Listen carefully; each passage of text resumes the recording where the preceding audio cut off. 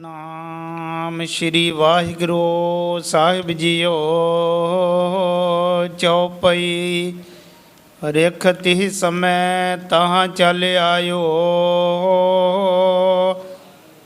ਦੇਖੇ ਮੱਜਤ ਬਚਨ ਅਲਾਇਓ।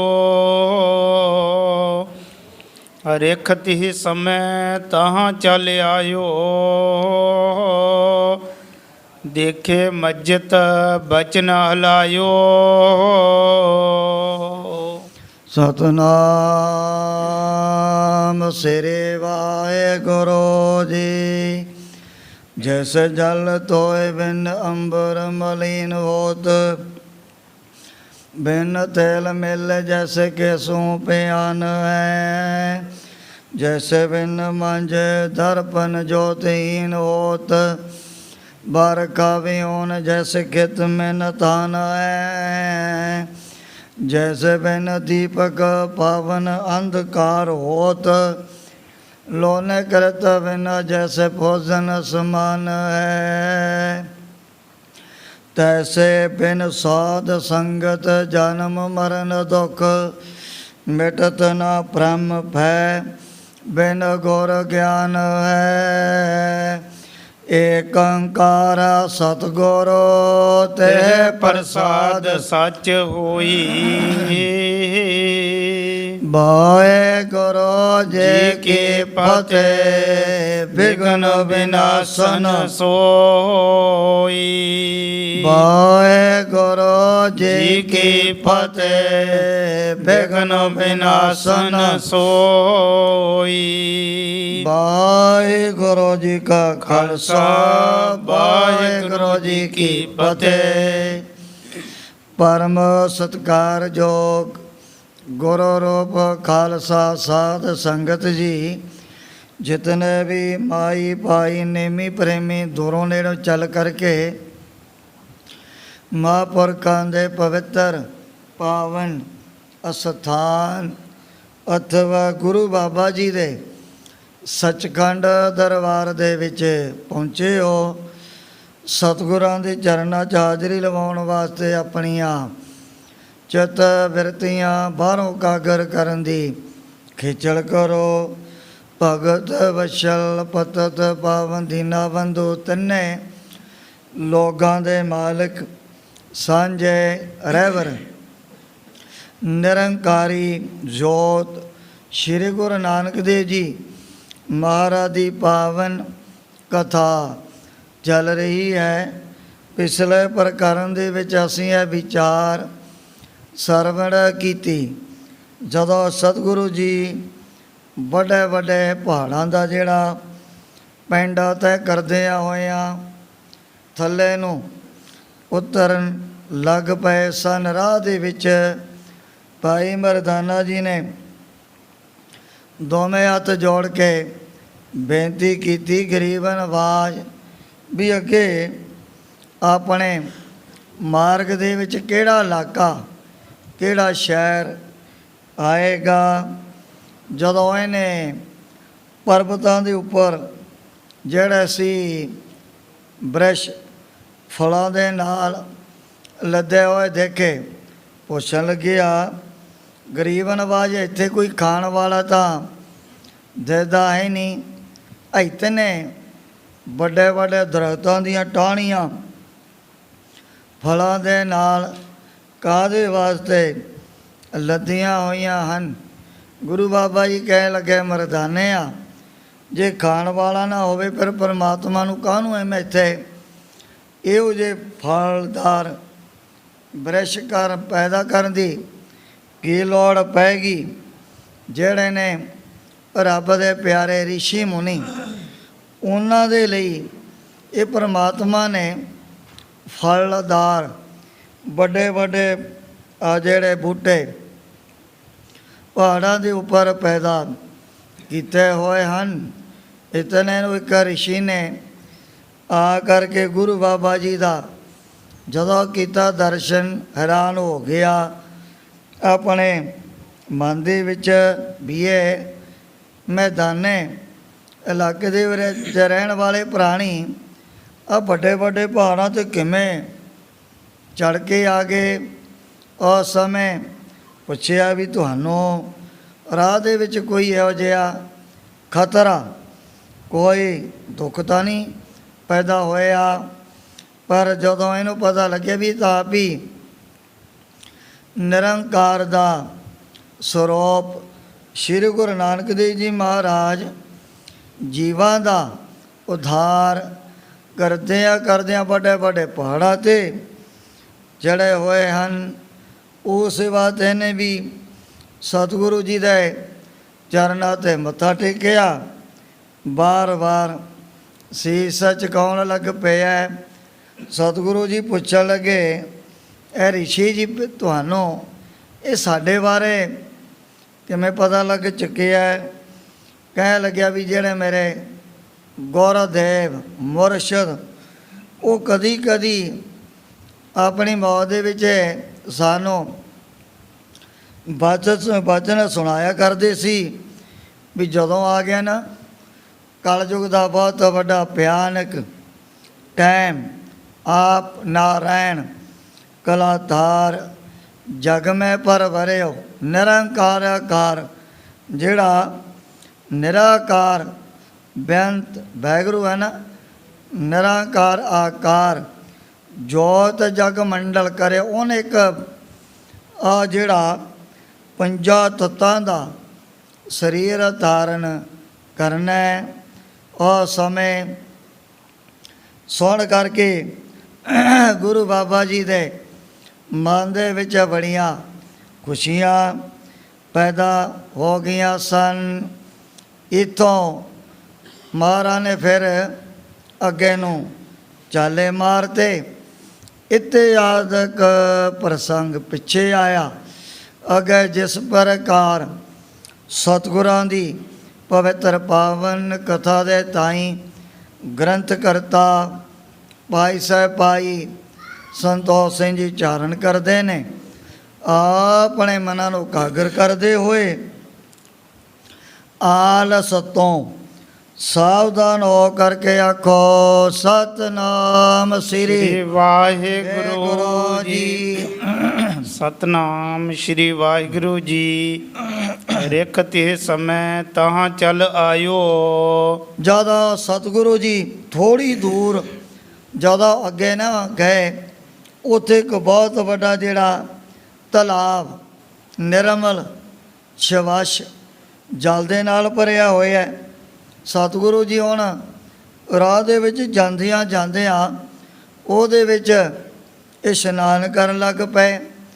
ਅਚਾਨਕ ਹੀ ਕੋਰ ਇਹੋ ਜਿਹਾ ਪਰਮਾਤਮਾ ਦਾ ਪਿਆਰਾ ਰਿਸ਼ੀ ਮੁਨੀ ਆਪਣੇ ਆਪ ਹੀ ਇਸ ਤਲਾਬ ਦੇ ਚੱਲ ਕਰਕੇ ਨੇੜੇ ਪਹੁੰਚ ਗਏ ਹੈ। ਦੇਖੇ ਮੱਜਤ ਬਚਨ ਅਲਾਇਓ। ਜਦੋਂ ਗੁਰੂ ਬਾਬਾ ਜੀ ਨੂੰ ਇਹਨੇ ਸਰੋਵਰ ਦੇ ਵਿੱਚ ਨਾ ਇਸ਼ਨਾਨ ਕਰਦਿਆਂ ਹੋਇਆ ਸਾਹਮਣੇ ਦੇਖਿਆ, ਉਸ ਸਮੇਂ ਆਪਣੇ ਵੱਲੋਂ ਵਿਚਾਰਾ ਦੋਵੇਂ ਹੱਥ ਜੋੜ ਕੇ ਬੇਨਤੀ ਕਰਨ ਲੱਗ ਪਿਆ ਸੀ। ਮਨ ਸੁਮੇਰ ਜਿਉ ਥਿਰ ਲਿਵ ਲਾਗਾ। ਸੱਚੇ ਪਾਤਸ਼ਾਹ ਗਰੀਬ ਨਵਾਜ ਵੀ ਜਿਨ੍ਹਾਂ ਦਾ ਚੰਚਲ ਮਨ ਸਦਾ ਵਾਸਤੇ ਸੁਮੇਰ ਪਰਵਤ ਦੇ ਸਮਾਨ ਬਿਲਕੁਲ 100% ਅਚਲ ਹੋ ਚੁੱਕਿਆ, ਕਦੇ ਵੀ ਉਹਨਾਂ ਦੇ ਅੰਦਰ ਕੋਈ ਐਸਾ ਸੰਕਲਪ ਵਿਕਲਪ ਪੈਦਾ ਹੁੰਦੇ ਹੀ ਨਹੀਂ। ਫਿਰ ਉਹਨਾਂ ਨੂੰ ਇਹੋ ਜਿਹੇ ਸਰੋਵਰਾਂ ਦੇ ਵਿੱਚ ਇਸ਼ਨਾਨ ਕਰਨ ਦੀ ਬਾਕੀ ਕੀ ਲੋੜ ਰਹਿ ਗਈ ਹੈ। ਨੀਰ ਮੀਨ ਜਿਉ ਔਰ ਅਨੁਰਾਗਾ। ਅਗਰ ਇਹੋ ਜਿਹੇ ਉੱਤਮ ਜਗਿਆਸੂਆਂ ਦੇ ਚਿੱਤ ਦੇ ਵਿੱਚ ਜਿਵੇਂ ਮੱਛੀ ਦੀ ਪ੍ਰੀਤੀ ਕਿਹਦੇ ਨਾਲ, ਪਾਣੀ ਦੇ ਨਾਲ, ਹੁਣ ਜਿਨ੍ਹਾਂ ਦੇ ਹਿਰਦੇ ਦੇ ਅੰਦਰ ਇਹੋ ਜਿਹਾ ਕੋਈ ਪ੍ਰਭੂ ਦੇ ਚਰਨਾਂ ਦਾ ਪ੍ਰੇਮ ਪੈਦਾ ਹੋ ਗਿਆ, ਜਿਵੇਂ ਅਗਰ ਮੱਛੀ ਨੂੰ ਜਲ ਦੇ ਵਿੱਚੋਂ ਥੋੜ੍ਹੇ ਟਾਈਮ ਦੇ ਲਈ ਬਾਹਰ ਕੱਢ ਲਿਆ ਜਾਏ, ਨਾਲ ਦੀ ਨਾਲ ਉਹਨੇ ਫਿਰ ਤੜਫਣ ਲੱਗ ਜਾਣਾ ਵੀ ਜਿਨ੍ਹਾਂ ਦੇ ਦਿਲ ਦੇ ਅੰਦਰ ਇਹੋ ਜਿਹੀ ਪਰਮਾਤਮਾ ਦੇ ਚਰਨਾਂ ਦੇ ਨਾਲ ਜਿਵੇਂ ਮੱਛੀ ਦੀ ਪ੍ਰੀਤੀ ਪਾਣੀ ਦੇ ਨਾਲ ਇਹੋ ਜਿਹੀ ਲੈਵ ਜੋੜ ਚੁੱਕੀ ਹੈ। ਇਸੀ ਪ੍ਰਕਾਰ ਰੀਤ ਜਿਨ ਰਾਖੀ। ਕੌਣ?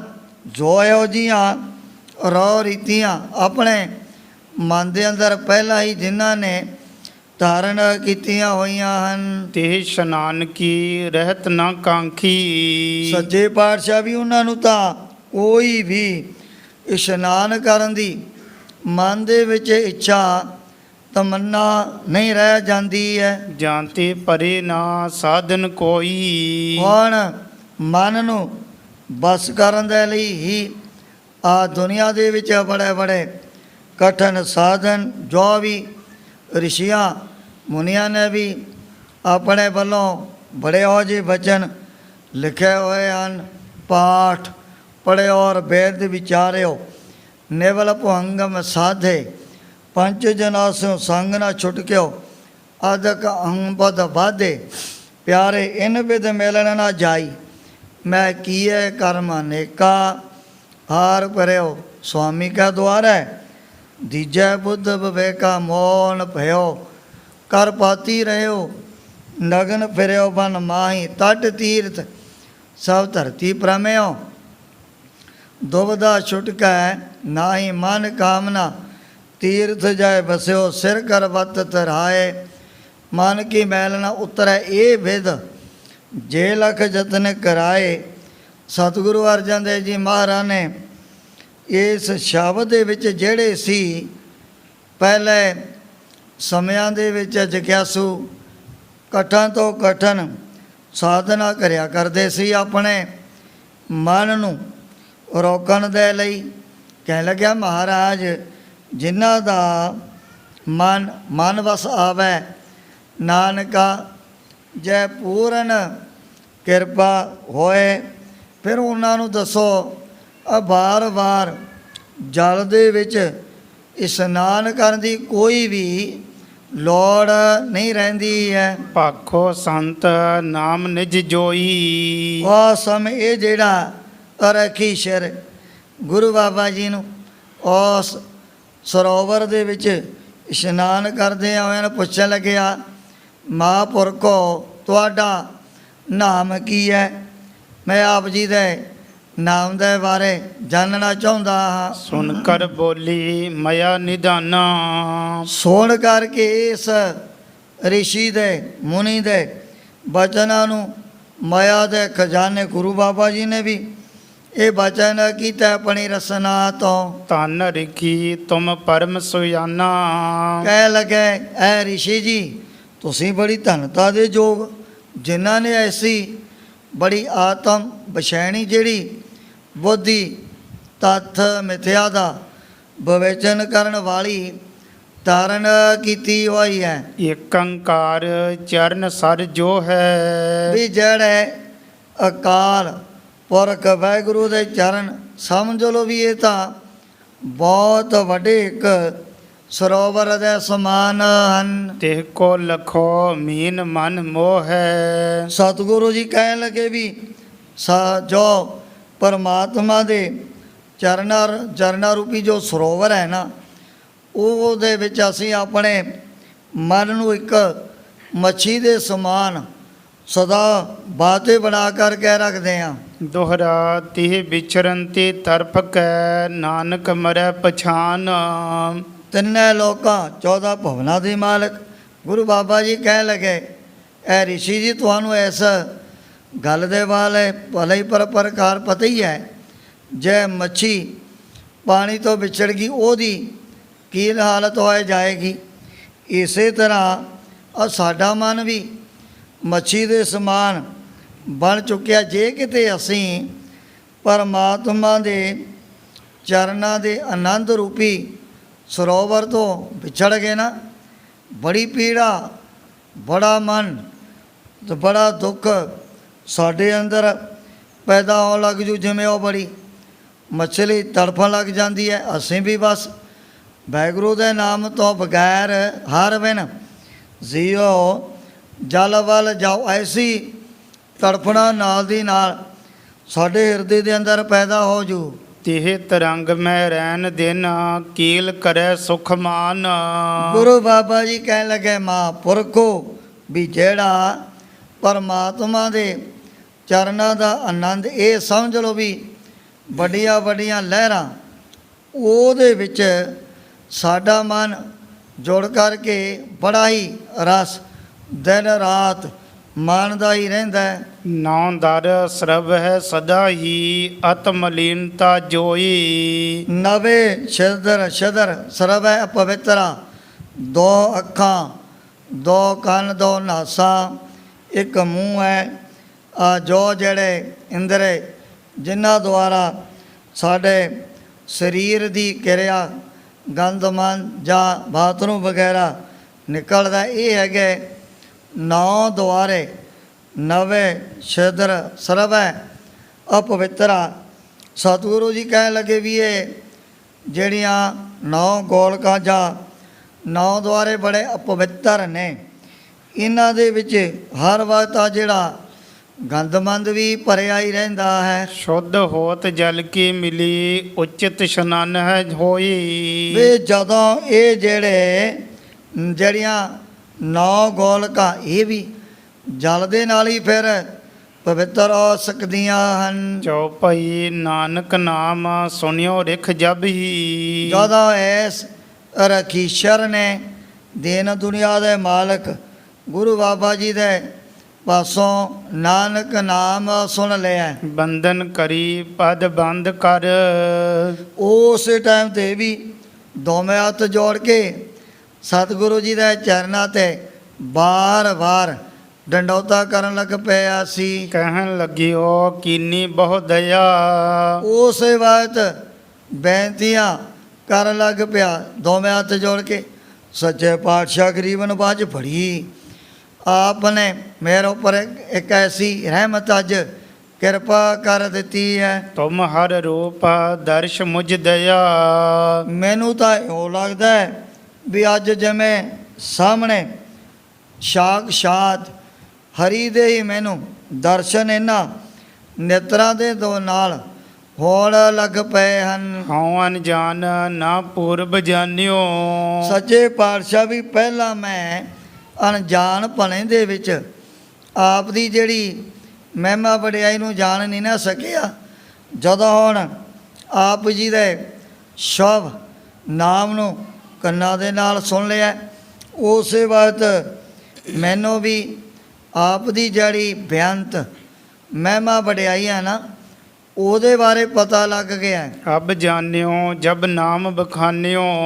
ਜਦੋਂ ਆਪ ਦਾ ਹੁਣ ਨਾਮ ਹੀ ਸੁਣ ਲਿਆ ਕੰਨਾਂ ਦੇ ਨਾਲ, ਫਿਰ ਮੈਨੂੰ ਇਸ ਸੱਚਾਈ ਦੇ ਬਾਰੇ ਪਤਾ ਲੱਗ ਚੁੱਕਿਆ ਹੈ। ਕਲੀ ਕਾਲ ਮਤ ਮੰਦ ਲਖੇ ਨਰ।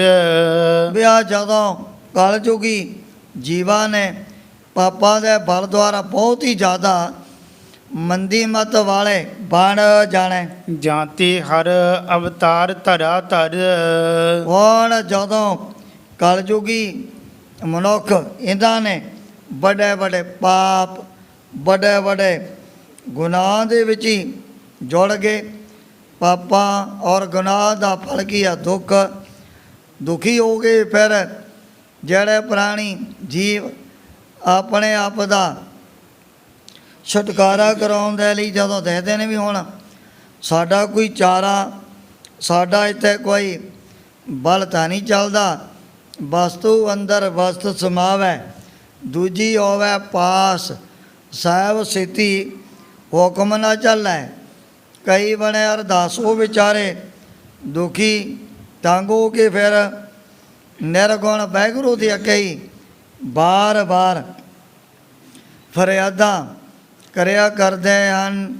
ਜਦੋਂ ਉਹਨਾਂ ਦੀਆਂ ਕੀਤੀਆਂ ਹੋਈਆਂ ਪੁਕਾਰਾਂ ਨਿਰਾਕਾਰ ਵਾਹਿਗੁਰੂ ਦੀ ਦਰਗਾਹ ਦੇ ਵਿੱਚ ਕਬੂਲ ਹੁੰਦੀਆਂ ਹਨ, ਫਿਰ ਕੀ ਹੋਣਾ? ਸੁਣੀ ਪੁਕਾਰ ਦਾਤਾਰ ਪ੍ਰਭ ਗੁਰ ਨਾਨਕ ਜਗ ਮਾਹੇ ਪਠਾਇਆ ਚਰਨ ਧੋਏ, ਰਹਿ ਰਾਸ ਕਰ ਚਰਨ ਅੰਮ੍ਰਿਤ ਸਿੱਖਾ ਪੀ ਲਾਇਆ। ਪਰਮਾਤਮਾ ਨੂੰ ਫਿਰ ਉਹਨਾਂ ਜੀਵਾਂ ਦੇ ਕਸ਼ਟ, ਉਹਨਾਂ ਪ੍ਰਾਣੀਆਂ ਦੀ ਜਿਹੜੀ ਬੜੀ ਦਰਦਨਾਕ ਪੀੜਾ ਨੂੰ ਨਾਸ਼ ਕਰਨ ਦੇ ਲਈ ਆਪਣੇ ਆਪ ਹੀ ਅਨੁਭਰਾ ਮਾਤਲੋ ਦੀ ਧਰਤੀ ਤੇ ਉਹਨੂੰ ਪ੍ਰਗਟ ਹੋਣਾ ਪੈਂਦਾ ਹੈ। ਪੂਰਬ ਸੁਣੀ ਤੁਮਾਰੀ ਗਾਥਾ, ਸੱਚੇ ਪਾਤਸ਼ਾਹ ਆਪ ਦੀ ਜਿਹੜੀ ਗਾਥਾ ਦੇ ਬਾਰੇ ਵੈਸੇ ਮੈਨੂੰ ਕਾਫੀ ਟਾਈਮ ਪਹਿਲਾਂ ਹੀ ਪਤਾ ਲੱਗ ਚੁੱਕਿਆ ਹੈ। ਦਰਸ਼ ਦੀਨ ਅਬ ਕੀਨ ਸਨਾਥਾ, ਹੁਣ ਜਦੋਂ ਆਪ ਦੇ ਹੋ ਗਏ ਦਰਸ਼ਨ, ਇਹ ਮੇਰਾ ਜਿਹੜਾ ਮਨੁੱਖਾ ਜਨਮ ਵੀ ਸਫਲਾ ਬਣ ਜਾਣਾ ਹੈ। ਮਨ ਸਭ ਪ੍ਰੇਮ ਹਵੈ ਗਦ ਗਦ ਬਾਨੀ, ਗੁਰੂ ਬਾਬਾ ਜੀ ਦਾ ਦਰਸ਼ਨ ਕਰਕੇ ਇਸ ਰਖੀਸ਼ਰ ਦੇ ਹਿਰਦੇ ਦੇ ਅੰਦਰ ਬੜਾ ਆਨੰਦ, ਬੜਾ ਖੇੜਾ ਪੈਦਾ ਹੋ ਗਿਆ ਹੈ। ਜਾਨੀ ਸਪਲੀ ਦੇਹ ਮਹਾਨੀ,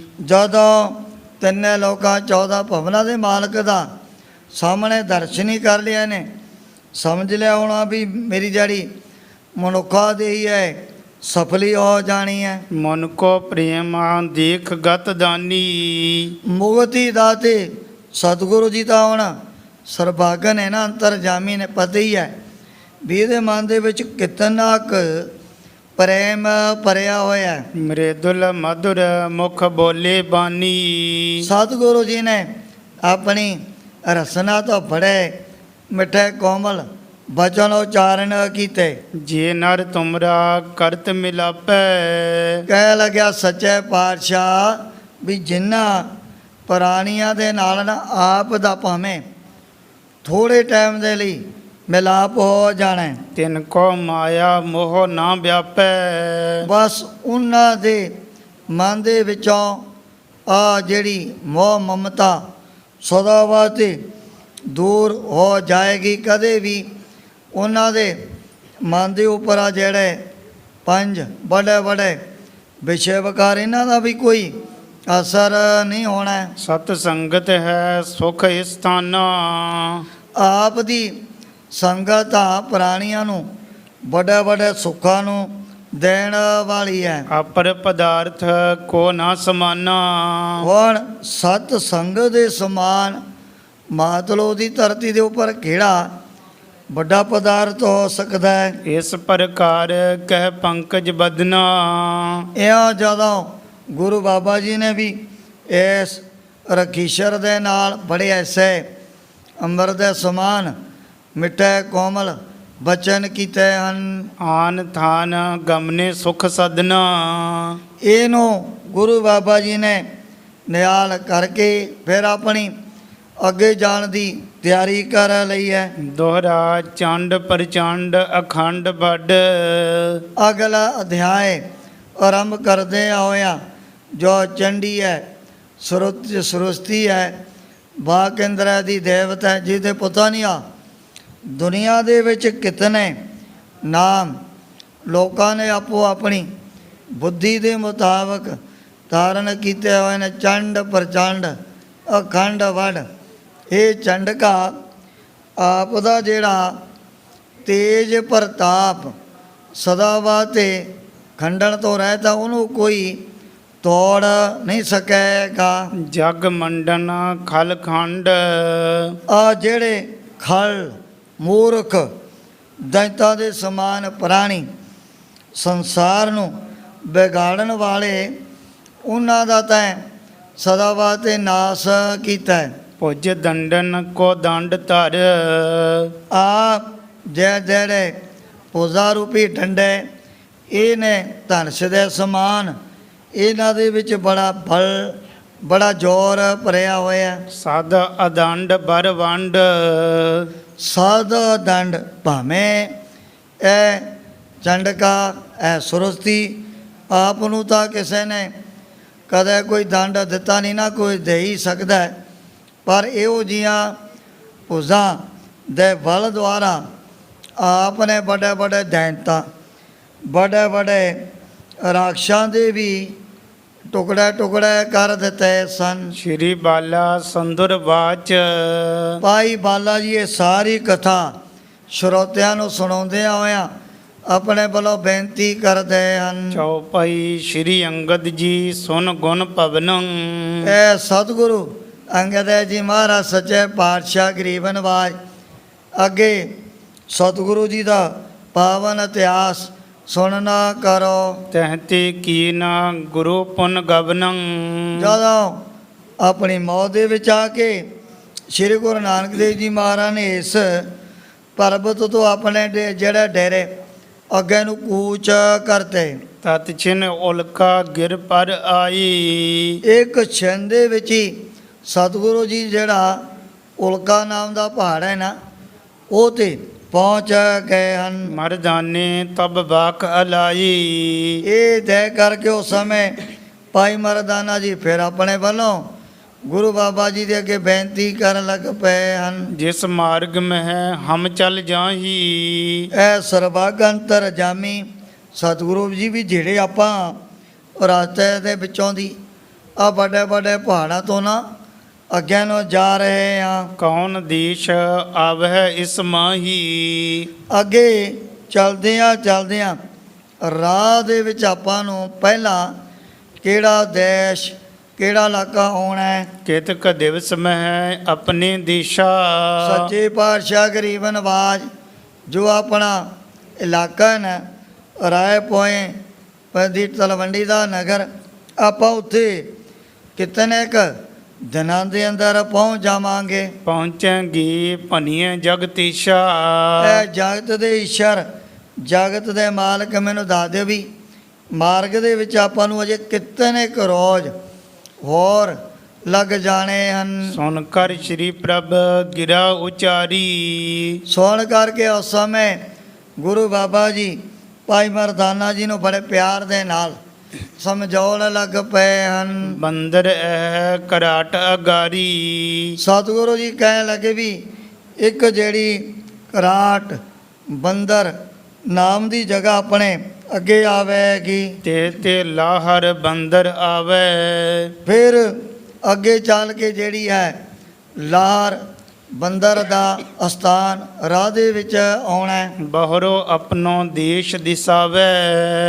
ਉਹ ਤੋਂ ਬਾਅਦ ਫਿਰ ਜਿਹੜਾ ਆਪਣਾ ਦੇਸ਼ ਹੈ ਬਾਹਰ ਦਾ ਇਲਾਕਾ ਦਿਸਣ ਲੱਗ ਜਾਏਗਾ। ਸੋ ਭਾਈ ਸਾਹਿਬ ਭਾਈ ਵੀਰ ਸਿੰਘ ਜੀ ਨੇ ਵੀ ਇਸ ਟਿੱਕਾ ਟਿੱਪਣੀ ਦੇ ਵਿੱਚ ਜੋ ਇਸ ਗ੍ਰੰਥੀ ਉਹਨਾਂ ਨੇ ਕੀਤੀ ਹੋਈ ਹੈ ਬਚਨ ਲਿਖੇ ਨੇ ਵੀ ਇਹ ਜੋ ਅੰਦਾਲੀਏ ਨੇ ਅਸਲੀ ਤਾਂ ਗੁਰੂ ਬਾਬਾ ਜੀ ਦੀ ਜਨਮ ਵਿਸਾਖੀ ਵਿਗਾੜ ਕੇ ਰੱਖਤੀ। ਬਸ ਉਲਟੇ ਪੁਲਟੇ ਜੇ ਨਾਮ ਜੋ ਵੀ ਉਹਨੂੰ ਔੜੇ ਲਿਖ ਦਿੱਤੇ ਹਨ। ਅਗਰ ਸਤਿਗੁਰੂ ਜੀ ਸਿੱਕਮ ਹੈ, ਭੂਟਾਨ ਹੈ, ਨੇਪਾਲ ਹੈ, ਤਿੱਬਤ ਹੈ, ਇੱਥੋਂ ਦੀ ਜਦੋਂ ਹੁੰਦੇ ਹੋਏ ਫਿਰ ਹੌਲੀ ਹੌਲੀ ਪਹਾੜੀ ਇਲਾਕੇ ਦੇ ਵੱਲ ਸ਼ਾਇਦ ਜਾਂ ਤਾਂ ਫਿਰ ਕਸ਼ਮੀਰ ਦੇ ਵੱਲ ਦੀ ਥੱਲੇ ਆ ਰਹੇ ਹਨ ਜਾਂ ਹੋਰ ਕਈ ਇਹੋ ਜਿਹੇ ਪਹਾੜਾਂ ਤੋਂ ਉਤਰਨ ਦੇ ਲਈ ਵੱਡੇ ਵੱਡੇ ਮਾਰਗ ਲਹਿਦਾ ਇਲਾਕਿਆਂ ਦੇ ਵਿੱਚ ਪੈਂਦੇ ਹਨ। ਸਤਿਗੁਰੂ ਜੀ ਨੇ ਪਤਾ ਨਹੀਂ ਕਿੱਥੇ ਕਿੱਥੇ ਦੇਖੋ ਆਪਣੇ ਮੁਬਾਰਕ ਚਰਨ ਪਾਏ। ਸਿੱਕਮ ਹੈ, ਤਿੱਬਤ ਹੈ, ਭੂਟਾਨ ਹੈ, ਕਿਤਨੀ ਦੂਰੇ 'ਤੇ ਇਹ ਜਿਹੜੇ ਦੇਸ਼ ਪੈਂਦੇ ਹਨ। ਪਰ ਗੁਰੂ ਬਾਬਾ ਜੀ ਦੀ ਮੌਜ ਹੈ। ਕਈ ਦਫਾ ਜਦੋਂ ਸੁਰਤੀ ਦੀ ਸਵਾਰੀ ਕਰਦੇ ਉਹਦੀ ਪਤਾ ਲੱਗਦਾ ਵੀ ਮਹਾਰਾਜ ਤਾਂ ਸੁਲਤਾਨਪੁਰ ਦੀ ਧਰਤੀ ਦੇ ਉੱਪਰ ਪਹੁੰਚ ਗਏ ਹਨ। ਗੁਰੂ ਬਾਬਾ ਜੀ ਸਹਿਜੇ ਸਹਿਜੇ ਹੁਣ ਵੱਡੇ ਵੱਡੇ ਪਹਾੜਾਂ ਦਾ ਜਿਹੜਾ ਪੈਂਡਾ ਤੈਅ ਕਰਦੇ ਆ ਥੱਲੇ ਨੂੰ ਆ ਰਹੇ ਨੇ। ਕਿਤੇ ਦੂਰ ਪ੍ਰਭ ਸਦਨ ਹਮਾਰਾ। ਪੈਰ ਪਾਈ ਮਰਦਾਨਾ ਜੀ ਪੁੱਛਣ ਲੱਗੇ ਸੱਚੇ ਪਾਤਸ਼ਾਹ ਗਰੀਬ ਨਵਾਜ ਵੀ ਐਸ ਪਰਬਤ ਤੋਂ ਨਾ ਆਪਣੇ ਜਿਹੜੇ ਘਰ ਆਪਣਾ ਜਿਹੜਾ ਪਿੰਡਾ ਰਾਏ ਪਹੁੰਚਦੀ ਤਲਵੰਡੀ ਕਿਤਨੇ ਕੋਹਾਂ ਦੀ ਦੂਰੀ ਤੈਅ ਰਹਿ ਗਏ ਹੈ। ਮੁਝੇ ਪਰਮਾਨ ਬਤਾਵੋ ਸਾਰਾ। ਮੈਨੂੰ ਸੱਚੇ ਪਾਤਸ਼ਾਹ ਅੰਦਾਜ਼ਾ ਪ੍ਰਮਾਣ ਆਪ ਦੱਸਣਾ ਕਰੋ। ਬਿਗਸਤ ਬੋਲੀ ਬਚਨ ਗੁਸਾਈ। ਦੇਨਾਂ ਦੁਨੀਆਂ ਦੇ ਮਾਲਕ ਗੁਰੂ ਬਾਬਾ ਜੀ ਇਹ ਭਾਈ ਮਰਦਾਨਾ ਜੀ ਦਾ ਸੁਣ ਕਰਕੇ ਨਾ ਬਚਨ ਬੜੇ ਹੱਸਣ ਲੱਗ ਪਏ ਹਨ। ਆਇਓ ਸਦਨ ਯਾਦ ਤੁਝ ਤਾਈ। ਸਤਿਗੁਰੂ ਜੀ ਕਹਿ ਲੱਗੇ ਮਰਦਾਨੇ, ਇਉਂ ਲੱਗਦਾ ਭਾਈ ਵੀ ਜਿਵੇਂ ਤੇਰੇ ਮਨ ਦੇ ਅੰਦਰ ਆਪਣਾ ਘਰ ਜਾਂ ਫਿਰ ਆਪ ਦੇ ਜਿਹੜੇ ਪਰਿਵਾਰ ਦੇ ਮੈਂਬਰ ਯਾਦ ਆਉਣ ਲੱਗ ਪਏ ਨੇ। ਭਈ ਲਾਲਸਾ ਮਿਲਣੇ ਕੇਰੀ। ਸ਼ਾਇਦ ਤੇਰੇ ਚਿੱਤ ਦੇ ਅੰਦਰ ਆਪਣੇ ਧੀਆਂ ਪੁੱਤਰਾਂ ਨੂੰ ਨਾ ਮਿਲਣ ਦੀ ਬੜੀ ਲਾਲਸਾ ਪੈਦਾ ਹੋ ਗਈ। ਦੇਹ ਪੁਚਾਈ ਤੁਝੈ ਬਿਨ ਦੇਰੀ। ਅਗਰ ਤੂੰ ਚਾਹੁੰਦਾ ਹੈ, ਸਤਿਗੁਰੂ ਜੀ ਕਹਿਣ ਲੱਗੇ ਬਿਨਾਂ ਦੇਰੀ ਤੇ ਤੈਨੂੰ ਹੁਣੇ ਹੀ ਅਸੀਂ ਰਾਏ ਪਹੁੰਚਦੀ ਨਾ ਤਲਵੰਡੀ ਦੇ ਵਿੱਚ ਪਹੁੰਚਾ ਦਿੰਦੇ ਆ। ਮਿਲੋ ਕੁਟੰਬ ਸੰਗ ਹਰ ਖਾਇਆ। ਤੋ ਬੜੀ ਖੁਸ਼ੀ ਦੇ ਨਾਲ ਜਾ ਕਰਕੇ ਆਪਣੇ ਮਾਂ ਪਿਓ ਧੀਆਂ ਪੁੱਤਰ ਸਾਰੇ ਪਰਿਵਾਰ ਨੂੰ ਮਿਲ ਸਕਦਾ ਹੈ। ਤਿੰਨ ਬਿਨ ਬਹੁਤੋ ਕਾਲ ਬਿਤਾਇਆ। ਅਸੀਂ ਸਮਝ ਲਿਆ ਵੀ ਪਰਿਵਾਰ ਤੋਂ ਦੂਰ ਹੋ ਕੇ ਤਾਂ ਕਿਤਨਾ ਟਾਈਮ ਸਾਡੇ ਨਾਲ ਹੀ ਰਹਿ ਕਰਕੇ ਬਤੀਤ ਕਰ ਦਿੱਤਾ ਹੈ। ਪ੍ਰਭ ਤੁਮ ਚਲੋ ਕਿ ਨਾਹੀ ਭੌਨੰ। ਫਿਰ ਭਾਈ ਮਰਦਾਨਾ ਜੀ ਪੁੱਛਾਂਗੇ, ਸੱਚੇ ਪਾਤਸ਼ਾਹ ਗਰੀਬ ਨਵਾਜ ਆਪ ਘਰ ਜਾਣਾ ਚਾਹੁੰਦੇ ਹੋ ਜਾਂ ਫਿਰ ਆਪਨੇ ਇਸੇ ਤਰ੍ਹਾਂ ਹੀ ਧਰਤੀ ਦਾ ਭ੍ਰਮਣ ਕਰਦੇ ਹੋਇਆ ਜੀਵਾਂ ਦਾ ਉਧਾਰ ਕਰਨਾ? ਕਰ ਆਈ ਅਬ ਬਹੁਤਾ ਗੌਨੰ। ਮਹਾਰਾਜ ਹੁਣ ਤਾਂ ਦੇ ਲੋ ਵੱਡੇ ਵੱਡੇ ਪਹਾੜਾਂ ਦੀ ਔਰ ਜਿਹੜੇ ਨੇ ਇਸਲਾਮ ਮਤ ਦੇ ਮਾਨ ਤੀਰਥ ਉਹਨਾਂ ਦੀ ਆਪਾਂ ਨੇ ਦੇ ਲੋ ਕਿਤਨੀ ਫਿਰ ਤੁਰ ਕਰਕੇ ਨਾ ਯਾਤਰਾ ਕਰ ਲਈ ਹੈ। ਮਾਤ ਪਿਤਾ ਸੁਤ ਆਦਿਕ ਸਾਰੀ। ਦੇਖੋ ਆਪ ਜੀ ਦੇ ਮਾਂ ਪਿਓ ਪੁੱਤਰ ਉਹ ਵੀ ਤੁਹਾਡੀ ਆਪਣੇ ਘਰਾਂ ਦੇ ਵਿੱਚ ਰਹਿੰਦੇ ਹੋਏ ਜ਼ਰੂਰ ਉਡੀਕ ਕਰਦੇ ਹੋਣਗੇ। ਚਹਿਤ ਮਿਲਨ ਕੋ ਅਦਕ ਤਿਹਾਰੀ। ਆ ਸੱਚੇ ਪਾਤਸ਼ਾਹ ਉਡੀਕਾਂ ਆਸਾਂ ਤਾਂ ਆਪਦੇ ਪਰਿਵਾਰ ਦੇ ਮੈਂਬਰਾਂ ਦੇ ਮਨਾਂ ਦੇ ਵਿੱਚ ਵੀ ਜ਼ਰੂਰ ਭਰੀਆਂ ਹੋਣੀਆਂ। ਉਹ ਵੀ ਉਡੀਕਦੇ ਹੋਣੇ ਵੀ ਕਿਹੜੇ ਵੇਲੇ ਸਾਨੂੰ ਤਿੰਨੇ ਲੋਕਾਂ 14 ਭਵਨਾਂ ਦੇ ਮਾਲਕ ਦਾ ਦੀਦਾਰ ਹੋਵੇਗਾ। ਸ਼੍ਰੀ ਗੁਰ ਭਨੈ ਹਮ ਹੈ ਕਰਤਾਰਾ। ਸਤਿਗੁਰੂ ਜੀ ਕਹਿਣ ਲੱਗੇ ਮਰਦਾਨਿਆਂ ਵੀ ਅਸੀਂ ਤਾਂ ਉਦੋਂ ਜਾਵਾਂਗੇ ਜਦੋਂ ਸਾਨੂੰ ਆਪ ਕਰਤਾਰ ਲੈ ਕਰਕੇ ਜਾਏਗਾ। ਲੈ ਜਾਵਹਿ ਜਬ ਜਾਹੇ ਅਗਾਰਾ। ਔਰ ਜਿਵੇਂ ਭਗਵਾਨ ਦੀ ਅਕਾਲ ਪੁਰਖ ਵਾਹਿਗੁਰੂ ਦੀ ਆਗੇ ਹੈ, ਜਦੋਂ ਹੁਕਮ ਹੋ ਗਿਆ ਉਸ ਟਾਈਮ ਤੇ ਅਸੀਂ ਵੀ ਜਾ ਕਰਕੇ ਆਪਣੇ ਪਰਿਵਾਰ ਨੂੰ ਜ਼ਰੂਰ ਮਿਲ ਲੈਣਾ।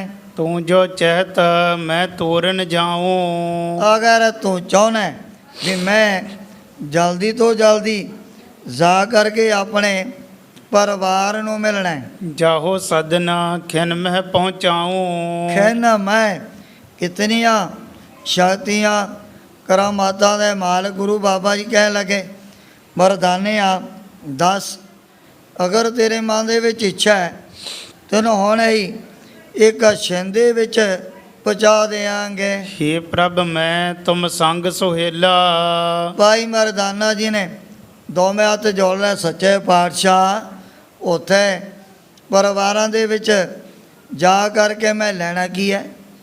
ਆਪ ਦੇ ਚਰਨਾਂ ਦੇ ਵਿੱਚ ਕਿਤਨੇ ਆਨੰਦ ਕਿਤਨੇ ਖੇੜੇ ਰੋਜ਼ ਹੀ ਮੈਨੂੰ ਪ੍ਰਾਪਤ ਹੁੰਦੇ ਰਹਿੰਦੇ ਨੇ। ਇਹੋ ਜਿਹਾ ਆਨੰਦ ਦੁਨੀਆ ਦੇ ਵਿੱਚ ਕਿਤੇ ਵੀ ਪ੍ਰਾਪਤ ਨਹੀਂ ਹੋਏਗਾ। ਇਹ ਆਨੰਦ ਤਾਂ ਕੇਵਲ ਤੇ ਕੇਵਲ ਆਪ ਦੇ ਚਰਨਾਂ 'ਚ ਹੀ ਵੱਡੇ ਭਾਗਾਂ ਵਾਲੇ ਪ੍ਰਾਪਤ ਕਰ ਸਕਦੇ ਹਨ। ਕਬੀਰ ਚਰਨ ਕਮਲ ਕੀ ਮੌਜ ਕੋ ਕਹਿ ਕੈਸੇ ਅਨੁਮਾਨ, ਕਹਿ ਬੈ ਕੋ ਸੋਭਾ ਨਹੀਂ ਦੇਖਾ ਹੀ ਪ੍ਰਵਾਨ। ਵੀ ਜਿਹੜਾ ਵਾਹਿਗੁਰੂ ਦੇ ਚਰਨਾਂ ਦਾ ਆਨੰਦ ਉਹ ਤਾਂ ਉਹੀ ਜਾਣਦੇ ਨੇ ਜਿਨ੍ਹਾਂ ਨੂੰ ਪ੍ਰਾਪਤ ਹੋ ਗਿਆ। ਅਬ ਮੁਝ ਦੀਵਨ ਲੱਗੇ ਤਕੇਲਾ। ਭਾਈ ਮਰਦਾਨਾ ਜੀ ਦੋਵੇਂ ਹੱਥ ਜੋੜ ਕੇ ਕਹਿਣ ਲੱਗੇ ਮਹਾਰਾਜ ਇਤਨਾ ਟਾਈਮ ਹਜ਼ੂਰੀ ਦੇ ਵਿੱਚ ਰਹਿ ਕੇ ਹੁਣ ਮੈਨੂੰ ਚਰਨਾਂ ਦੇ ਵਿੱਚੋਂ ਧੱਕਾ ਦੇਣ ਲੱਗੇ ਹੋ। ਤੁਮ ਬਿਨ ਕੈਸੇ ਜਾਉ ਨਾ ਸਦਨੰ। ਆਪ ਤੋਂ ਬਗੈਰ ਕਦੇ ਵੀ ਮੈਂ ਆਪਣੇ ਘਰ ਦੇ ਵਿੱਚ ਵਾਪਸ ਨਹੀਂ ਜਾਣਾ ਚਾਹੁੰਦਾ ਹਾਂ। ਰਹੋ ਪ੍ਰਸੰਨਾ ਬਿਲੋਕਤ ਬਦਨੰ। ਗਰੀਬ ਨਿਵਾਜ ਸੱਚੇ ਪਾਤਸ਼ਾਹ ਆਪਦੇ ਨੂਰਾਨੀ ਚਿਹਰੇ ਦਾ ਦਰਸ਼ਨ ਕਰਦਿਆਂ ਮੇਰੇ ਮਨ ਦੇ ਵਿੱਚ ਅਜੇ ਉਹ ਜਿਹੜੀ ਤ੍ਰਿਪਤੀ ਨਹੀਂ ਪੈਦਾ ਹੋਈ ਹੈ। ਹਮ ਨਾ ਤਕੇਲਾ ਕੈਸੇ ਦੇਈ। ਗੁਰੂ ਬਾਬਾ ਜੀ ਕਹਿ ਲਗੇ ਮਰਦਾਨੇ ਅਸੀਂ ਤੈਨੂੰ ਜਾਣ ਬੁੱਝ ਕੇ ਥੋੜੋ ਚਰਨਾਂ ਦੇ ਵਿੱਚੋਂ ਭਾਈ ਧੱਕਾ ਦੇਣ ਲੱਗਿਆ ਤਾਂ ਤੈਂ ਪਰਿਵਾਰ ਦੀ ਗੱਲਬਾਤ ਛੇੜ ਲਈ, ਇਸ ਕਰਕੇ ਅਸੀਂ ਬਚਨ ਕੀਤੇ ਹਨ। ਧਾਮ ਆਪ ਤੈ ਯਾਦ ਕਰੇਈ। ਹੁਣ ਰਾਹ ਦੇ ਵਿੱਚ ਜਾਂਦਿਆਂ ਤੇ ਆਪ ਹੀ ਖੁਦ ਆਪਣੇ ਇਲਾਕੇ ਨੂੰ, ਆਪਣੇ ਨਗਰ ਨੂੰ, ਆਪਣੇ ਪਰਿਵਾਰ ਨੂੰ ਮਨ ਦੇ ਵਿੱਚ ਯਾਦ ਕੀਤਾ। ਜਾਂਤੇ ਤੁਝੈ ਪੁਚਾਵਨ ਹੇਤਾ। ਇਸੇ ਕਰਕੇ ਅਸੀਂ ਤਾਂ ਸੁਤੇ ਸਿੱਧ ਤੈਨੂੰ ਘਰ ਦੇ ਵਿੱਚ ਪਹੁੰਚਾਉਣ ਦੇ ਲਈ ਬਚਨ ਕੀਤੇ ਹਨ। ਹਮਨੇ ਭਾਖਿਓ ਜਾਹੋ ਨਿਕੇਤਾ। ਵੀ ਜੇ ਤੂੰ ਮਨ ਦੇ ਵਿੱਚ ਭਾਈ ਚਾਹੁੰਦੀ ਹੈ ਧੀਆਂ ਪੁੱਤਰਾਂ ਨੂੰ ਮਿਲਣ ਦੇ ਲਈ, ਤੈਨੂੰ ਹੁਣੇ ਬਸ ਇੱਕ ਛਿੰਦੇ ਵਿੱਚ ਹੀ ਉਹਨਾਂ ਦੇ ਪਾਸ ਪਹੁੰਚਾ ਦਿੰਦੇ ਆ। ਦੋਹਰਾ ਹਾਂ ਤੋ ਸੁਭਾਇਕ ਬੂਝਿਓ ਜਾਦ ਨਾ ਕੀਨੋ ਧਾਮ। ਭਾਈ ਮਰਦਾਨਾ ਜੀ ਦੋਵੇਂ ਹੱਥ ਜੋੜਨ ਲੱਗ ਪਏ ਮਹਾਰਾਜ ਦੇ ਅੱਗੇ। ਸੱਚੇ ਪਾਤਸ਼ਾਹ ਗਰੀਬ ਨਵਾਜ਼ ਮੈਂ ਤਾਂ ਐਵੇਂ ਬਸ ਸੁਤੇ ਸਿੱਧੀ ਇਹ ਆਪ ਜੀ ਦੇ ਅੱਗੇ ਪਰਿਵਾਰ ਦੀ ਜਾਂ ਫਿਰ ਆਪਣੇ ਇਲਾਕੇ ਦੇ ਬਾਰੇ ਬੇਨਤੀ ਕੀਤੀ ਹੈ। ਮੋਹ ਟੋਟ ਮੋਰਾ ਗਇਓ ਸ਼੍ਰੀ ਪ੍ਰਭ ਤੋ ਪਦ ਸ਼ਾਮ। ਸੱਚੇ ਪਾਤਸ਼ਾਹ ਹੁਣ ਜਦੋਂ ਦਾ ਮੈਂ ਆਪ ਦੇ ਚਰਨਾਂ ਦੇ ਵਿੱਚ ਆ ਗਿਆ, ਬਸ ਉਦੋਂ ਤੋਂ ਮੇਰੇ ਮਨ ਦੇ ਵਿੱਚੋਂ ਮੋਹ ਵੀ ਮਮਤਾ ਵੀ ਆ ਦੁਨੀਆ ਦੀ ਇਹ ਪਕੜੀ ਸਦਾ ਵਾਸਤੇ ਖਤਮ ਹੋ ਗਈ। ਚੌਪਈ ਜਿਤ ਕੋ ਰਾਵਰ ਚਲੋ ਅਗਾਰੀ। ਸੱਚੇ ਪਾਤਸ਼ਾਹ ਮੈਂ ਤਾਂ ਹੁਣ ਮਨ ਦੇ ਵਿੱਚ ਪੱਕਾ ਪ੍ਰਣ ਧਾਰਨ ਕਰ ਲਿਆ, ਜਿੱਧਰ ਵੀ ਆਪ ਜਾਵੋਗੇ ਬਸ ਮੈਂ ਤਾਂ ਸਦਾ ਦੇ ਲਈ ਪਿੱਛੇ ਹੀ ਤੁਰੀ ਜਾਣਾ ਹੈ। ਤਿਸ ਹੀ ਦਿਸ਼ ਮੈਂ ਜਾਉ ਪਿਛਾਰੀ। ਜਿਸ ਦਿਸ਼ਾ ਦੇ ਵੱਲ ਆਪ ਦੀ ਜਾਣ ਦੀ ਮੌਜ ਹੈ, ਬਸ ਮੈਂ ਤਾਂ ਅਰਬਾਬ ਰਾ ਕਰਕੇ ਨਾ ਆਪਣੇ ਮੋਢੇ ਤੇ ਪਿੱਛੇ ਹੀ ਤੁਰੇ ਆਉਣਾ। ਅਬ ਨਹਿ ਛੋਡੋ ਸੰਗ ਤੁਮਾਰਾ। ਹੁਣ ਤਾਂ ਮੈਂ ਜਿਤਨੀ ਵੀ ਮੇਰੀ ਜ਼ਿੰਦਗੀ ਬਾਕੀ ਰਹਿੰਦੀ ਹੈ, ਕਦੇ ਵੀ ਆਪ ਦਾ ਮੈਂ ਸੰਗ ਛੱਡ ਕਰਕੇ ਪਰਿਵਾਰ ਜਾਂ ਫਿਰ ਨਗਰ ਦੇ ਵਿੱਚ ਨਹੀਂ ਜਾਣਾ। ਤੁਮ ਕਰੁਣਾ ਤੀ ਸਰਬ ਨਿਹਾਰਾ। ਸੱਚੇ ਪਾਤਸ਼ਾਹ ਆਪ ਦੀ ਰਹਿਮਤ ਕਿਰਪਾ ਦੁਆਰਾ ਕਿਹੋ ਜੀਆਂ ਜਗ੍ਹਾ ਦੇ ਮੈਂ ਦਰਸ਼ਨ ਕਰ ਲਏ ਹਨ। ਸੁਨੇ ਖੰਡ ਨੌ ਜੰਬੂ ਦੀਪਾ। ਉਸ ਸਮੇਂ ਫਿਰ ਭਾਈ ਮਰਦਾਨਾ ਜੀ ਨੇ ਬੋਲ ਕੇ ਬੇਨਤੀ ਕੀਤੀ, ਸੱਚੇ ਪਾਤਸ਼ਾਹ ਗਰੀਬਾਂ ਨੂੰ ਨਵਾਜਣ ਵਾਲੇ ਵੀ ਆ ਜੰਬੂ ਦੀਪ ਦੇ ਵਿੱਚ ਨਾ ਜਿਹੜੇ 9 ਖੰਡ ਪੈਂਦੇ ਹਨ, ਉਹਨਾਂ ਦਾ ਨਾਮ ਕਈ ਵਾਰੀ ਮੈਂ ਆਪਣੇ ਕੰਨਾਂ ਦੇ ਨਾਲ ਸੁਣਿਆ। ਸੋ ਦਿਖਾਓ ਬੇਦੀ ਕੁਲ ਟੀਕਾ। ਇਹ ਬੇਦੀ ਕੁਲ ਨੂੰ ਸੰਸਾਰ ਦੇ ਵਿੱਚ ਕੋਨੇ 'ਚ ਪ੍ਰਕਾਸ਼ਨ ਕਰਨ ਵਾਲੇ ਸੱਚੇ ਪਾਤਸ਼ਾਹ ਵੀ ਉਹਨਾਂ 9 ਖੰਡਾਂ ਦੇ ਵੀ ਮੈਨੂੰ ਦਰਸ਼ਨ ਕਰਵਾ ਦਿਓ। ਤਿਨਹ ਬਿਲੋਕਨ ਕੀ ਅਬਲਾਖਾ। ਇਹਨਾਂ 9 ਖੰਡਾਂ ਨੂੰ ਦੇਖਣ ਦੇ ਲਈ ਮੇਰੇ ਮਨ ਦੇ ਵਿੱਚ ਬੜੀ ਇੱਕ ਤਰ੍ਹਾਂ ਦੀ ਇਹੋ ਜੀ ਤੀਬਰ ਇੱਛਾ ਪੈਦਾ ਹੋ ਗਈ ਹੈ। ਤੁਮ ਸਮਰੱਥ ਪੁਰਹੁ ਸਭ ਕੰਖਾ।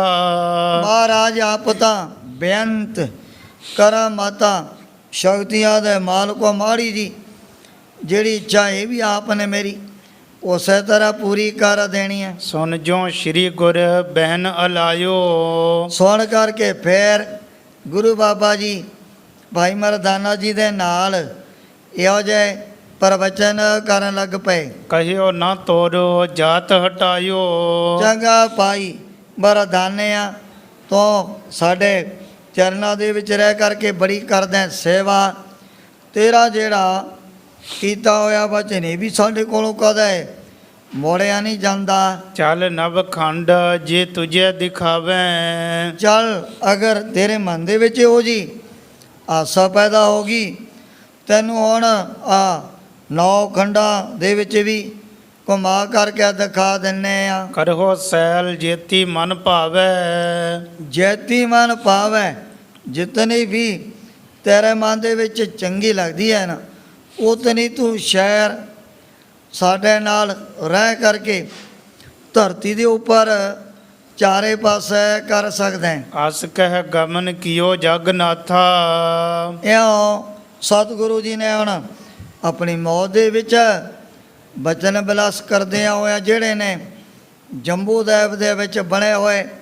9 ਖੰਡ, ਉਹਨਾਂ ਦੇ ਵੱਲ ਆਪਣੇ ਜਿਹੜੇ ਡੇਰੇ ਕੂਚ ਕਰਤੇ। ਮੁਝ ਮਰਦਾਨੇ ਕੋ ਲੈ ਸਾਥਾ, ਭਾਈ ਬਾਲਾ ਜੀ ਇਹ ਪਾਵਨ ਕਥਾ ਖੰਡੂਰ ਸਾਹਿਬ ਦੀ ਪਾਵਨ ਧਰਤੀ ਤੇ ਸਰੋਤਿਆਂ ਨੂੰ ਸੁਣਾਉਂਦਿਆਂ ਹੋਇਆ ਬੇਨਤੀ ਕਰਦੇ ਨੇ ਕਿ ਮੈਂ ਆ ਤੇ ਦੂਜੇ ਭਾਈ ਮਰਦਾਨਾ ਜੀ ਨੂੰ ਲੈ ਕੇ ਗੁਰੂ ਬਾਬਾ ਜੀ ਅੱਗੇ ਨੂੰ ਉੱਥੋਂ ਚੱਲ ਪਏ ਸਨ। ਖੰਡ ਇਲਾ ਬ੍ਰਤ ਜਿਹ ਕੋ ਨਾਮੋ, ਜਿਹੜਾ ਖੰਡ ਦਾ ਨਾਮ ਇਲਾ ਬ੍ਰਤ ਪੱਕਿਆ ਹੋਇਆ ਸੀ, ਤਿਹ ਮਹਿ ਤੋਰਨ ਗੇ ਸੁਖ ਧਾਮੋ, ਸੁੱਖਾਂ ਦੇ ਘਰ ਥੋੜੇ ਟਾਈਮ ਦੇ ਅੰਦਰ ਹੀ ਇਸ ਇਲਾ ਬ੍ਰਤ ਖੰਡ ਦੇ ਵਿੱਚ ਪਹੁੰਚ ਗਏ ਹਨ। ਕੋਟਕ ਸ਼ੇਰ ਹੁਤੋ ਇਕ ਥਾਈ, ਹੁਣ ਜਿਸ ਥਾਂ ਤੇ ਇਹਦੇ ਜਿਹੜੇ ਵਿਦਵਾਨਾਂ ਨੇ 2 ਅਰਥ ਲਿਖੇ ਹੋਏ ਹਨ ਵੀ ਉੱਥੇ ਬਹੁਤ ਵੱਡਾ ਇੱਕ ਸਮਝ ਲਓ ਵੀ ਜਿਵੇਂ ਸ਼ੇਰਾਂ ਦਾ ਕੋਟ ਬਣਿਆ ਹੁੰਦਾ, ਜਾਂ ਫਿਰ ਉਸ ਜਗ੍ਹਾ ਦੇ ਉੱਪਰ ਕਰੋੜਾਂ ਦੀ ਗਿਣਤੀ ਦੇ ਵਿੱਚ ਬੜੇ ਸ਼ਹਿਰ ਲੰਮੇ ਸਮੇਂ ਤੋਂ ਰਿਹਾ ਕਰਦੇ ਸੀ। ਇਸ ਖੰਡ ਦੇ ਵਿੱਚ ਚਲਦਿਆਂ ਚਲਦਿਆਂ ਸਤਿਗੁਰੂ ਜੀ ਉਹਨਾਂ ਬੜੇ ਦੁਖਦਾਈ ਭਿਆਨਕ ਸ਼ੇਰਾਂ ਦੇ ਪਾਸ ਚਲੇ ਗਏ ਹਨ। ਜਾਏ ਤਹਾਂ ਬੈਠੇ ਗੋਸਾਈ, ਇਹਨਾਂ ਦੇ ਨੇੜੇ ਹੀ ਜਾ ਕਰਕੇ ਗੁਰੂ ਬਾਬਾ ਜੀ ਨੇ ਆਪਣਾ ਡੇਰਾ ਲਗਾਤਾ। ਮਰਦਾਨੇ ਤੇ ਸ਼ਬਦ ਪੜਾਇਓ, ਉਸ ਸਮੇਂ ਭਾਈ ਮਰਦਾਨੇ ਨੂੰ ਹੁਕਮ ਹੋਇਆ ਵੀ ਰਬਾਬ ਉਠਾ, ਨਿਰੰਕਾਰ ਦੀ ਦਰਗਾਹ ਚੋਂ ਬਾਣੀ ਆਈ ਹੈ। ਸਤਿਗੁਰੂ ਜੀ ਨੇ ਫਿਰ ਆਪਣੀ ਰਸਨਾ ਤੋਂ ਤੁਰਕੀ ਬਾਣੀ ਦਾ ਜਿਹੜਾ ਸ਼ਬਦ ਹੈ ਉਹਦਾ ਕੀਰਤਨ ਕੀਤਾ ਸੀ। ਉੱਚ ਸੁਰ ਸੋਂ ਰਾਗ ਗਵਾਇਓ, ਰਾਗ ਦੇ ਵਿੱਚ ਪਾ ਕੇ ਗੁਰੂ ਬਾਬਾ ਜੀ ਨੇ ਅਰਬੀ ਬਾਣੀ ਦਾ ਜਦੋਂ ਨਾ ਇਹ ਸ਼ਬਦ ਆਪਣੀ ਜ਼ੁਬਾਨ ਤੋਂ ਉਚਾਰਨ ਕੀਤਾ, ਸੁਣਿਓ ਸ਼ਬਦ ਸੋ ਸਿੰਘਨ ਜਬ ਹੀ, ਹੁਣ ਜਦੋਂ ਅੰਮ੍ਰਿਤਮਈ ਸ਼ਬਦਾਂ ਦੀ ਧੁਨੀ ਇਹਨਾਂ ਸਾਰੇ ਸ਼ੇਰਾਂ ਦੇ ਕੰਨਾਂ ਦੇ ਵਿੱਚ ਪੈ ਗਈ। ਔਰ ਨਿਰਮਲ ਤਿਨ ਕੇ ਭੇ ਤਬ ਹੀ, ਆ ਜਿਵੇਂ ਬਗਿਆੜ ਨੇ ਜਦੋਂ ਮਹਾਰਾਜ ਦਾ ਬਚਨ ਸੁਣਿਆ, ਉਹਨੂੰ ਵੀ ਆਪਣੀ ਸਾਰੀ ਸੋਝੀ ਪ੍ਰਾਪਤ ਹੋ ਗਈ ਸੀ। ਪਸ਼ੂ ਪਰੇ ਤੋਂ ਦੇਵ ਕਰ ਉਰੇ ਸਤਿਗੁਰ ਕੀ ਵਡਿਆਈ, ਜਦੋਂ ਸ਼੍ਰੀ ਗੁਰੂ ਨਾਨਕ ਦੇਵ ਜੀ ਮਹਾਰਾਜ ਨੇ ਐਸਾ ਇੱਕ ਅੰਮ੍ਰਿਤਮਈ ਅਰਬੀ ਬਾਣੀ ਦੇ ਸ਼ਬਦਾਂ ਦਾ ਕੀਰਤਨ ਬਹੁਤ ਉੱਚੀ ਧੁਨੀ ਦੇ ਨਾਲ ਕੀਤਾ। ਔਰ ਨਿਰਮਲ ਤਿਨ ਕੇ ਭੇ ਤਬ ਹੀ, ਜਿਹੜੇ ਬੜੀ ਭਾਰੀ ਗਿਣਤੀ ਦੇ ਵਿੱਚ ਸ਼ਹਿਰ ਇੱਕ ਥਾਂ ਤੇ ਰਹਿਣ ਵਾਲੇ, ਉਹਨਾਂ ਦੇ ਜਿਹੜੇ ਹਿਰਦੇ ਬਿਲਕੁਲ ਨਿਰਮਲ ਹੋ ਗਏ ਹਨ। ਮਿਲ ਸਭ ਆਈ ਸੀਸ ਝੁਕਾਇਓ, ਹੁਣ ਭਾਵੇਂ ਜਿਹੜੇ ਬੜੇ ਹੀ ਖੂੰਖਾਰ ਸ਼ਹਿਰ ਪਰ ਜਿਨ੍ਹਾਂ ਦੀ ਖੁਰਾਕੀ ਕੁਦਰਤ ਨੇ ਕੱਚਾ ਮਾਸ ਬਣਾਈ ਹੋਈ ਹੈ ਨਾ ਤੁਰਦਰ ਗਾਉਂ, ਰੱਬੀ ਬਾਣੀ ਦਾ ਸੁਣ ਕਰਕੇ ਕੀਰਤਨ ਸਾਰੀ ਸ਼ਹਿਰ ਸ਼੍ਰੀ ਗੁਰੂ ਨਾਨਕ ਦੇਵ ਜੀ ਮਹਾਰਾਜ ਦੇ ਪਾਸ ਚੱਲ ਕਰਕੇ ਪਹੁੰਚ ਗਏ ਹਨ। ਵੈਸੇ ਜਬ ਗੁਰ ਬਚਨ ਅਲਾਇਓ, ਹੁਣ ਜਦੋਂ ਇਹ ਕਿਤਨਾ ਤੇਜ ਪ੍ਰਤਾਪ ਹੈ ਦੀਨ ਦੁਨੀਆ ਦੇ ਮਾਲਕ ਦਾ, ਸਾਰੇ ਸ਼ਹਿਰ ਸ਼੍ਰੀ ਗੁਰੂ ਨਾਨਕ ਦੇਵ ਜੀ ਮਹਾਰਾਜ ਦੇ ਨੇੜੇ ਆਪਣੀਆਂ ਜਿਹੜੀਆਂ ਧੌਣਾ ਨੀਵਿਆਂ ਕਰਕੇ ਬਹਿ ਗਏ।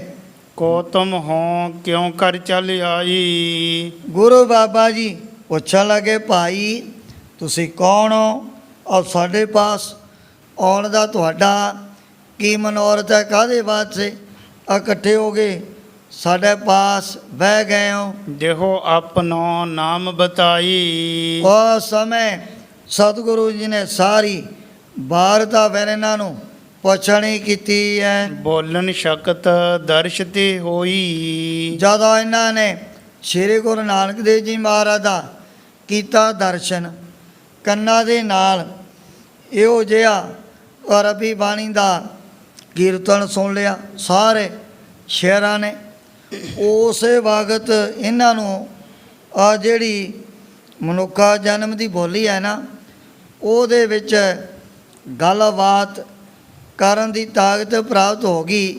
ਇਹ ਆਮ ਪ੍ਰਾਣੀਆਂ ਦੇ ਸਮਾਨ ਬੋਲਣ ਲੱਗ ਪਏ ਹਨ। ਬੋਲੇ ਹੱਥ ਬੰਦ ਕਰ ਦੋਈ। ਹੁਣ ਇਹਨਾਂ ਨੇ ਆਪਣੇ ਦੋਵੇਂ ਹੱਥ ਜੋੜਦਿਆਂ ਹੋਇਆਂ ਬੇਨਤੀ ਕੀਤੀ ਹੈ, ਇਹ ਤਾਮਸੀ ਜੂਨ ਹਮਾਰੀ। ਇਹ ਗਰੀਬ ਨਵਾਜ਼ ਸੱਚੇ ਪਾਤਸ਼ਾਹ, ਭਾਵੇਂ ਸਾਡੀ ਜੋਨੀ ਤਾਂ ਹੈਗੀ ਬੜੀ ਤਾਮਸੀ, ਅਸੀਂ ਤਾਂ ਬਸ ਆ ਪਸ਼ੂਆਂ ਨੂੰ ਉਸੇ ਤਰ੍ਹਾਂ ਹੀ ਬਸ ਕੱਚਿਆਂ ਨੂੰ ਹੀ ਖਾ ਜਾਂਦੇ ਆ।